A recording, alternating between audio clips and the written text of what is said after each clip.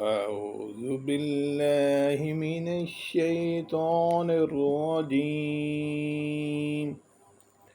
بسم الله الرحمن الرحيم. يا أيها المزمل قم الليل إلا قليلا نصفه أو انقص منه قليلا أو زد عليه ورتل القرآن ترتيلا إنا سنلقي عليك قولا ثقيلا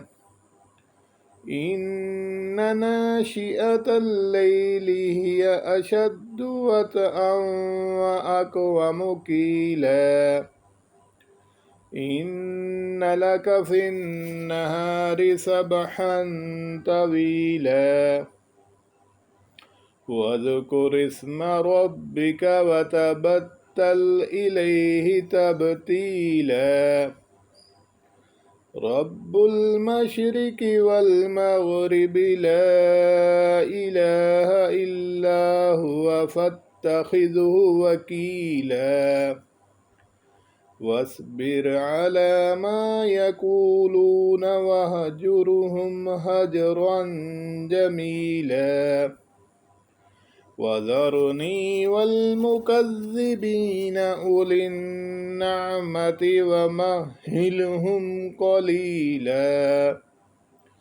إن لدينا أنكالا وجحيما وطعاما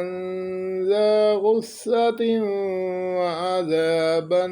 أليما يوم ترجف الأرض والجبال وكانت الجبال كثيبا مهيلا إنا أرسلنا إليكم رسولا شاهدا عليكم كما أرسلنا إلى فرعون رسولا فعصى فرعون الرسول فأخذناه أخذا وبيلا فكيف تتقون إن كفرتم يوما يجعل الولدان شيبا السماء منفطر به كان وعده مفعولا إن هذه تذكرة فمن شاء اتخذ إلى ربه سبيلا إن ربك يعلم أنك تقوم أدنى من ثلثي الليل ونصفه وثلثه وطائفة من الذين معك والله يقدر الليل والنهار علم أن لن تحصوه فتاب عليكم فاقرؤوا ما تيسر من القرآن علم أن سيكون منكم مرضى وآخرون يضربون في الأرض يبتغون من فضل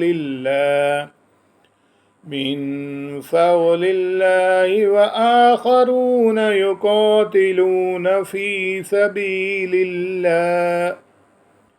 فاقرؤوا ما تيسر منه وأقيموا الصلاة وآتوا الزكاة وأقرضوا الله قرضا حسنا وما تقدموا لأنفسكم من خير تجدوه عند الله عند الله هو خيرا وأعظم أجرا واستغفروا الله إن الله غفور رحيم صدق الله العظيم.